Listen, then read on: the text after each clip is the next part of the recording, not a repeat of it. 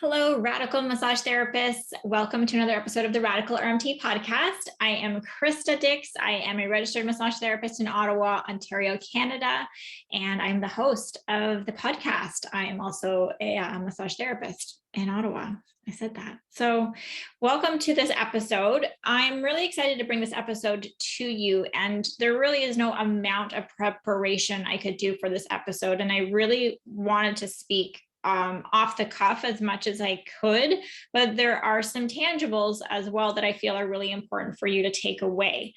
I also don't want to get too personal because there is another person involved in this story, and I do not want to, alert them to anything that they might be uncomfortable with.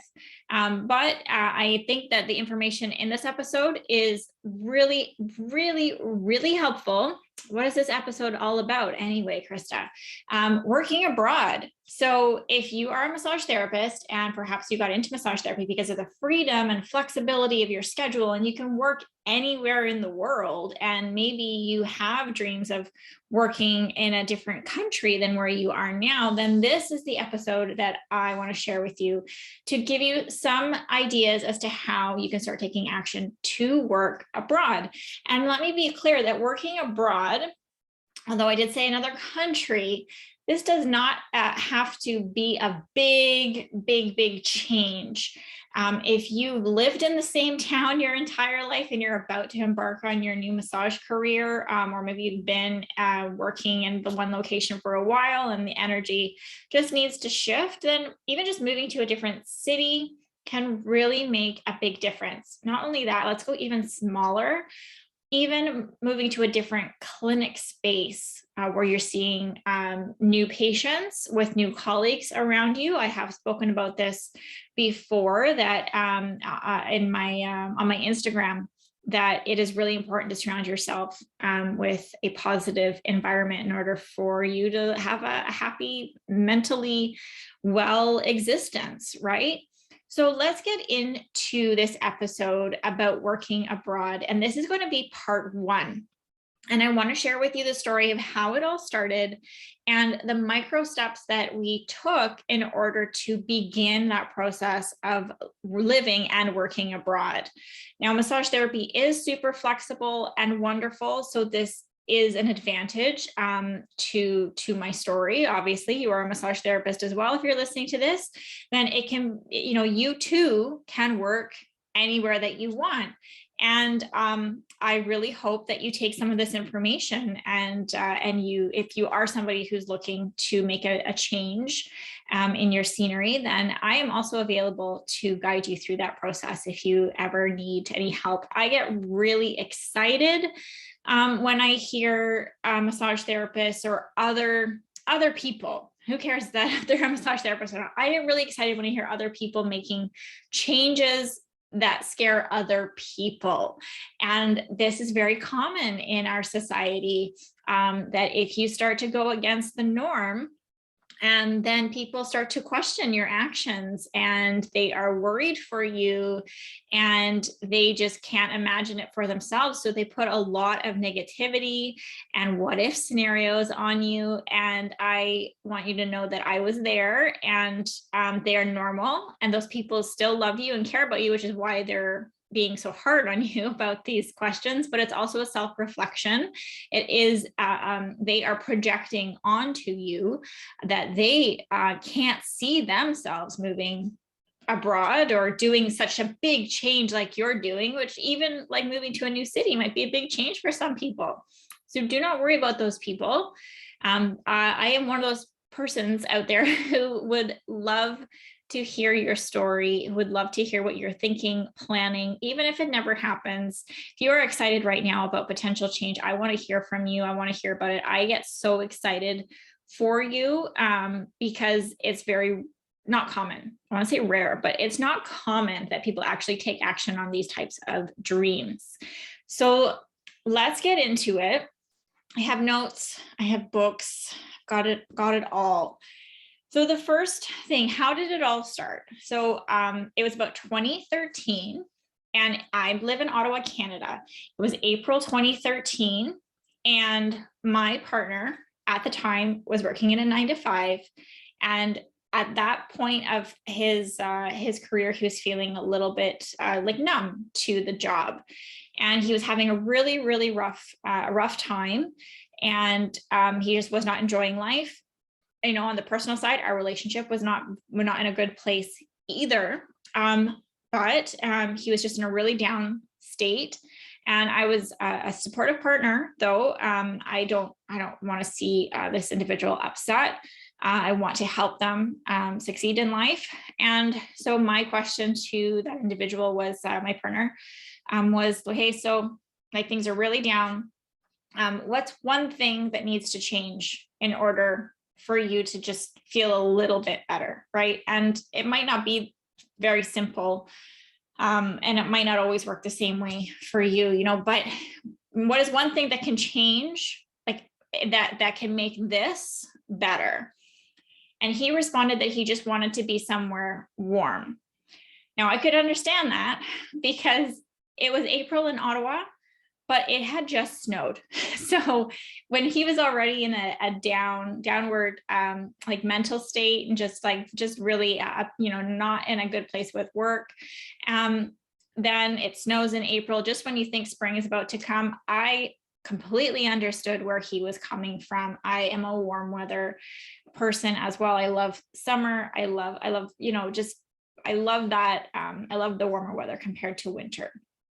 And so I understood, and I said, okay, I will, you know, I'll work on it. You'll work on it.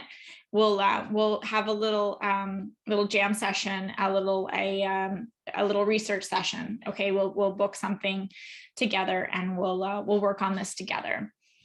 So that was how, you know, that was just kind of like how things got rolling, right? I had a partner who needed a change, and I felt like together we were going to come up with a solution. And as a massage therapist, I was very fortunate because I have flexibility to, you know, change locations. Or he says somewhere warm. Well, okay, like I guess I can find a place to work that's somewhere warm. Side story to this. I'm trying to take a sip of water, and I'm just going to keep recording, and my dog's Max is going to come in. He can find a place to lay down. Our other puppy is at daycare so that I can actually record without her trying to destroy everything. So side story is that in February of 2013, I was at a networking event with my friend Bianca. And, you know, it's just something that I do in the city.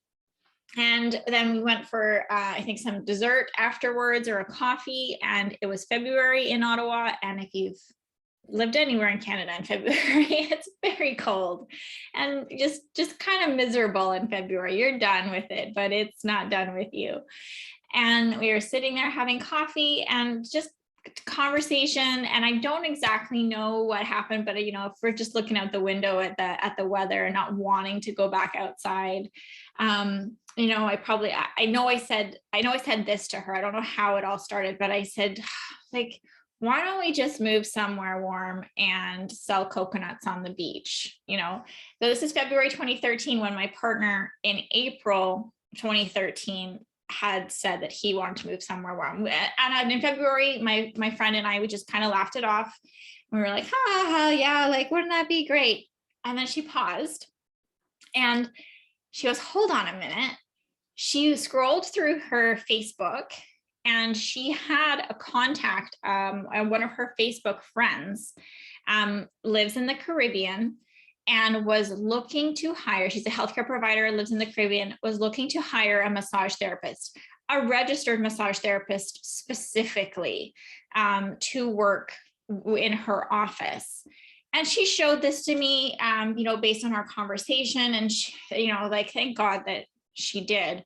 But you know, it at the time, to be honest, I looked at the ad that, you know, was on Facebook that she was showing me while we were still in the coffee shop. And I just went, wow, like, wouldn't that be awesome? Like, I mean, I'm saying it that, like, I want to move somewhere and sell coconuts, but like, God, like, the person that gets that job, Max, come on now. the person that gets that job is going to be so lucky. Like how lucky is that person? Good for them. And I left it, right? I didn't even look up that person or the ad after that conversation. Fast forward to April 2013, when my partner says that he wants to move somewhere warm and it will, hopefully make a big difference. And probably another side story is that, remember that moving locations, changing jobs, or even changing partners, having a big, life change doesn't always mean that you change and that your circumstances change. So a lot of people travel and think that they're going to find what they want or they need or what they're searching for out there. And then they come back home and they might feel reset for a little bit, but then things just kind of go back to the way that they are. As a couple, right? Maybe you think that you're going to change location, move to this beautiful paradise, but it does not mean that the relationship will get any better if it was already not in a good place. There are a lot of elements that need to come together in order for the relationship to improve. Physical location is a big thing. I can speak from experience after now living in a warmer climate, that it can make a big difference on your mood, 100%, and on your outlook of the day. I never thought that it could make that big of a difference, but for me personally, it does. So remember that if you are thinking of moving or making a big life change, I want to gently remind you, it doesn't always mean that what you think you want to change, like if there's something internal that's going on, it doesn't always mean that you can change that circumstance. Okay. I did have a couple notes about that. Like relationships don't change. It can help to set the tone for a new beginning. And I also want to stress that even in paradise, where people are living and working, and you can get to the beach 6 steps away and you can see the ocean from any window on the island, you still have bad days. Okay. You don't always have super awesome days. People who live there, including myself, you're still going to have a bad day. You're still going to have fights. You're still going to have good cries. You're still going to feel frustrated. You're still going to know how circumstances where you're still going to know what to do next. So also don't think that moving somewhere is just going to make life like peachy keen. So back to how it all started. Now we know, and we were going to book our little research session. These are some of my favorite things to do. So we got very good at this as a couple. I really like whiteboarding. I really like kind of just blank canvassing a situation and just writing down all of the scenarios that how it could play out. So what we did in general, we took a whiteboard, maybe it was a Saturday morning. We took a whiteboard and we wrote down all of the ideas that we could think of that would move us to a warmer climate. So where could we move? Some of the locations that we could locate to, knowing that we'd have to probably get work permits and everything. And also knowing would we be working or would we have to find work, or would we be volunteering, etc. So we threw everything at this whiteboard, and the whiteboard was key to getting out of Ottawa and onto the island as well, because it played a major role in just getting things checked off the boxes as we moved along. So we put everything on the board, everything that we would, kind of ideas, even we put Greenpeace on there. We put woofing on there, which is volunteering to farm in different countries. And I threw the potential of working with this healthcare professional. I looked at other, resorts around the world as well, cruise ships. So he was willing to leave his his government job in 9 to 5.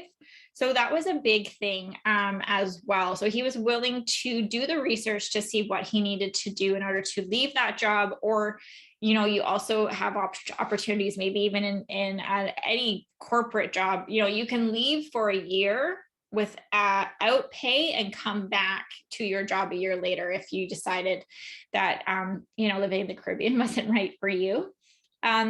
So this was really fun. We threw all the ideas, and then you start to research them. So we threw everything on the board first, and then we went through everything on the list and kind of looked at the scenarios and made the context. Well, Greenpeace, right off the top, we did the research. You have to be, I think, a US citizen, right? Well, okay, that's a no. Big X on that one. So now you're going to start to narrow down your options, but maybe you already have an idea of where you want to go, or you have a job set up or a contact. So that's a huge advantage. I had reached out to this particular healthcare provider to see if they were still hiring, because I had learned about the job in February and it was now April. So she easily could have already found somebody for that role. After the research, it doesn't have to be a whiteboard, right? You can use Post-it notes. You can just use a blank sheet of paper. You can make a note in your phone. It's basically just brain dump it. Just get it all out there and not in your head anymore. So after that, you start to feel you're just taking a little bit of action. Maybe even after that point, we had decided, what, life is pretty good here in Ottawa. These are the changes that we need to make in Ottawa in order to feel better about where we are right now. But we kept doing the research to move forward. So we did find out that the healthcare provider was still looking for a massage therapist to hire. So we decided to focus on that opportunity. Going back to volunteer opportunities, they usually provide room and board, but I at the time had some debt. So I did need to earn some money in order to move and not be have that debt hanging over my head to be able to pay on the debt. So that was a no. Volunteer was a no. I needed to be earning some income, and I could do almost anything. I was willing to work on anything, but the fact that I could do a massage, work as a massage therapist in another country was going to be a really big opportunity for me. So the next step after your research is that you want to do an activity that Tim Ferriss calls fear setting. So if you're starting to narrow in on what it is that you want to do, you're going to have some doubts. Things are going to get a little bit scary because your body and your brain are going to go, what? We're moving? What's happening? Even though you haven't done anything really, you're just doing the research process, but your body and your mind might start to freak out a little bit, and you might be getting excited. And now you might be sharing your ideas with some of your friends and family, and they're going to have some doubts and concerns because they love you. They don't want you to move away. They don't see themselves in your shoes. So they want to protect you, right? So they might not encourage these new ideas and excitement. So if you are really feeling stuck and you've made a decision on what's going to happen, so let's say for us, it was pretty much a done deal pending, a work permit. There was a lot of things that still had to happen, that we were going to move to this particular location and work. I was going to be a massage therapist, and my partner had discovered that he could take the year off from his job, and after the year, he could decide whether he wanted to go back, and he could still have his position, or he could leave. Okay. And so we started to narrow in on this one opportunity, and you're excited about where you're going, but it's very hard to untie from where you are. So what you want to do is an exercise that Tim Ferriss calls it's fear setting. And it's in his book, The 4-Hour Workweek. And I think he also has a TED Talk that I will get my beautiful worn copy of all my notes in the 4-hour work week. He also has a TED Talk about it, I think, so maybe I'll put that in a link as well. That basically you want to give yourself, the gist of it is you want to give yourself the worst case scenario. So once we decided that this is the option that we wanted to go with, there's a lot of what ifs. It can be a little bit scary. Okay, so what if we move there and it doesn't work out is your biggest thing. Like, what if we move there and we don't make any money? What if we move there and everything we have gets stolen? And what if we move there and there's a hurricane? What if we move there and, we run out of money? Like, there's just not enough for us to keep living there. Though you think of the worst case scenarios, and it's okay at this point to like go dark, and then think about, okay, so how would you get out of it? And it's usually not that complicated. For us, the basics were, what if it doesn't work out? Okay, well, I did not burn, or I won't burn any bridges here in Ottawa.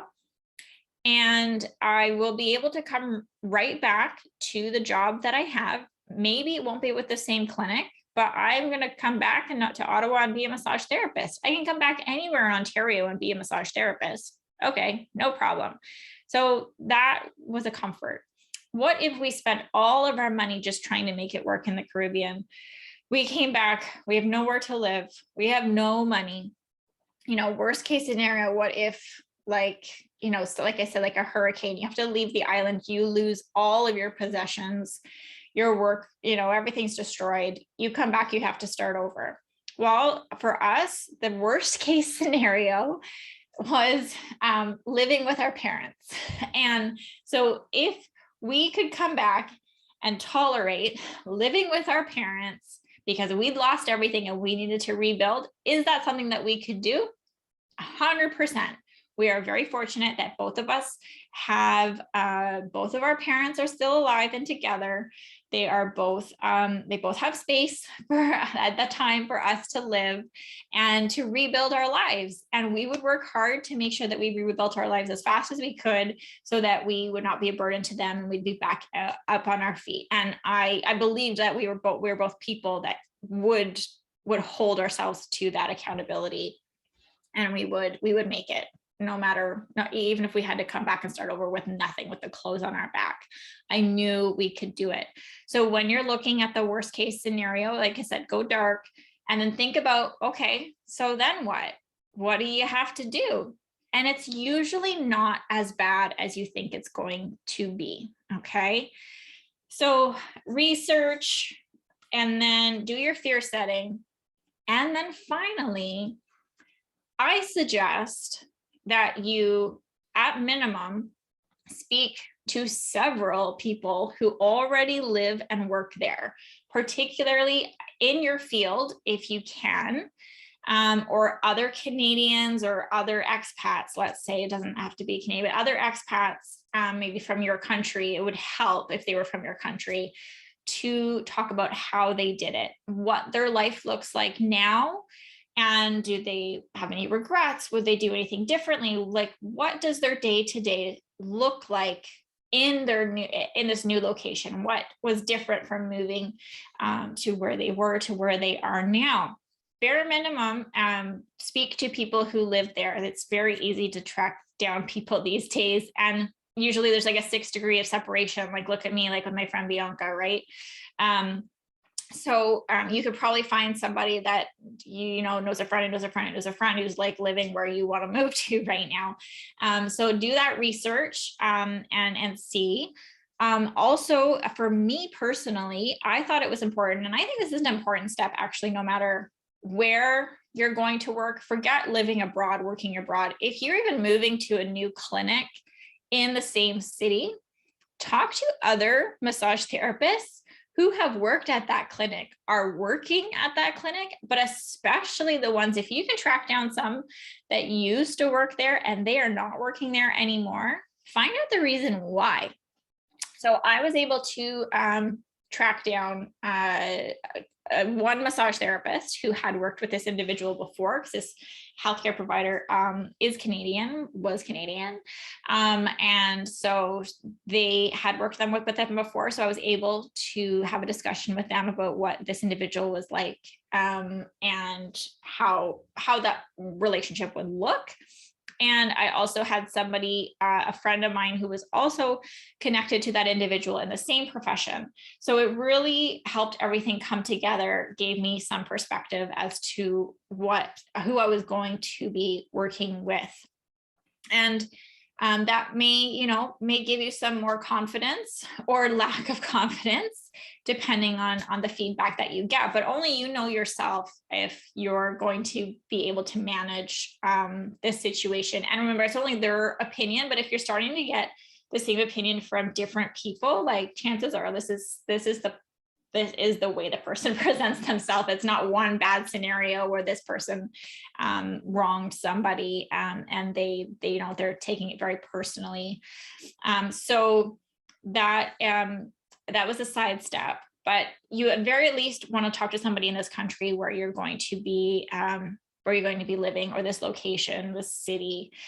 Get the feel for it, right? You want to live your life to the best of your ability. And for me, I just decided to look at replacing some of the activities that I did here in Ottawa, where I was living at the time, to the new location. So I go to the gym. I was doing like some pole fitness at the time.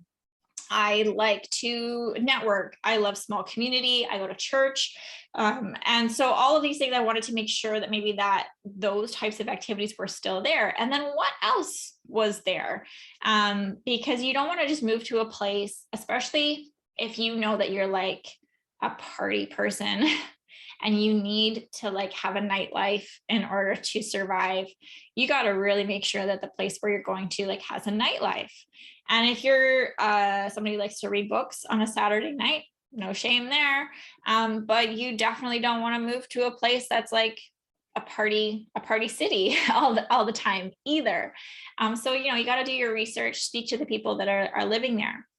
What I would highly recommend, though, is to actually go visit. If you have an opportunity to go visit before you move there, then go and check out the location. And we did this. This was really helpful. And it got us even more excited about the opportunity. So, but it was a vacation, but it was also like a hit the ground running.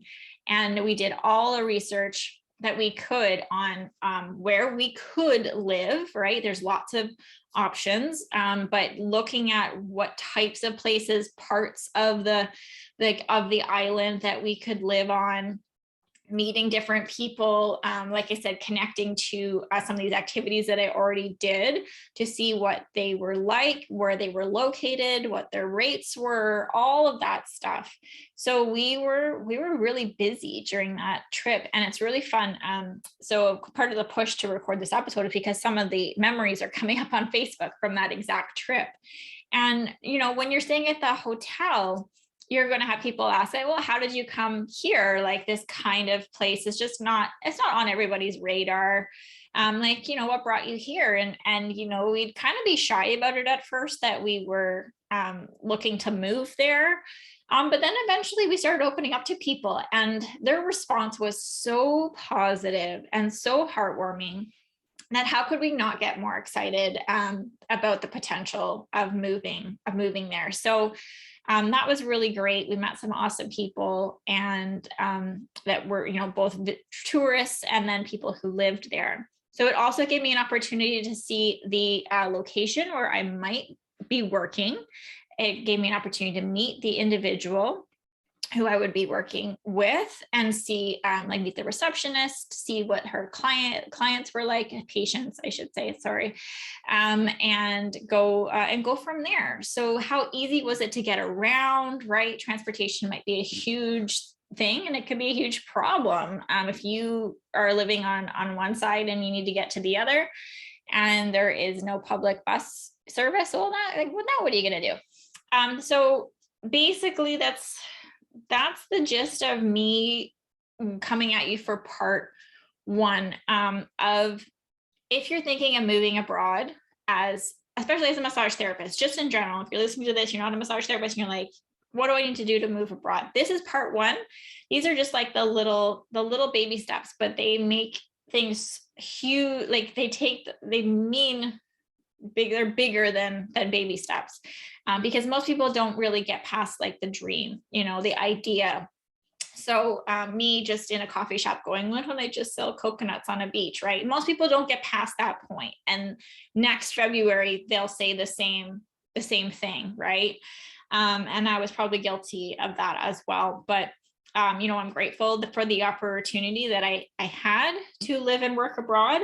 So recapping, I told you how it started. And then remember that moving does not mean that your life is going to drastically change for the better, right? If you're running away from something, doesn't always work, that you're gonna leave that problem behind. That problem comes with you. If you're working on some personal stuff, that's personal stuff comes with you. Negative relationships, unhealthy relationships. If you're thinking that a change in scenery is going to improve that, doesn't mean anything. And then what you're going to do is you're going to research the location where you think you're going to work, like the country or the city or the clinic. Going big to small. It's all wonderful.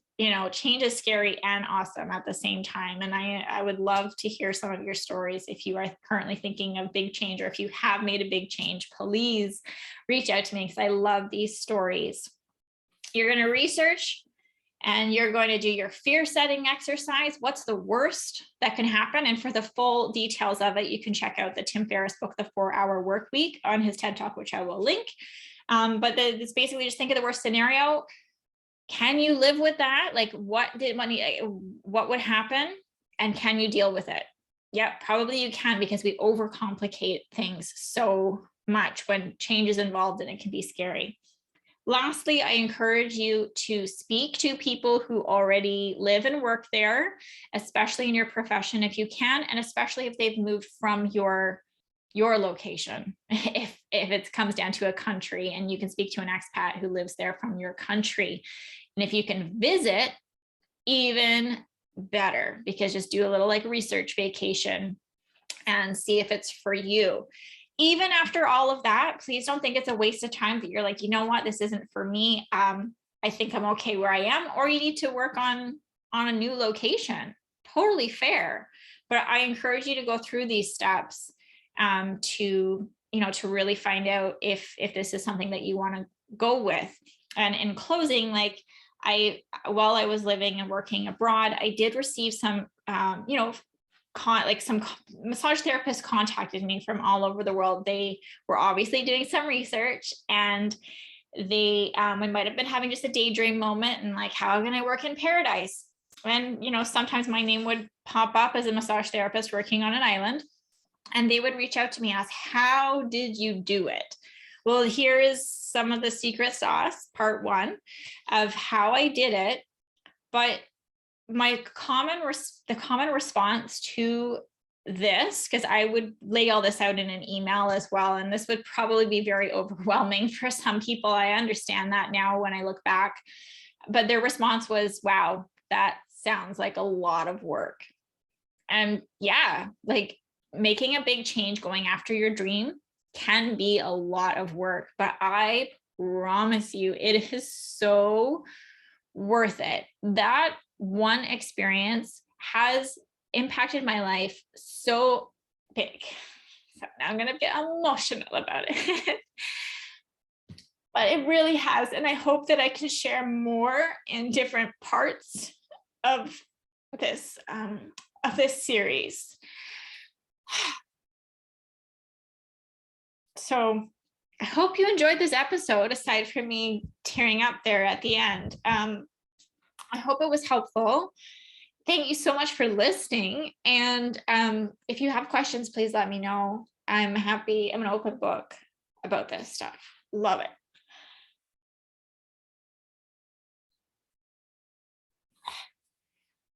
And I really just want you to go after your own dreams, no matter, even if you think that they're small, it's a big deal to go after them, because nobody's going after their dreams anymore. And it's very sad.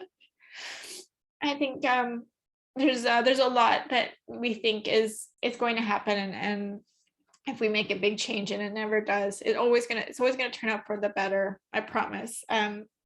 My story is quite complex to everything, and I promise you that everything came out better than I could have imagined. Okay, so that is all from me.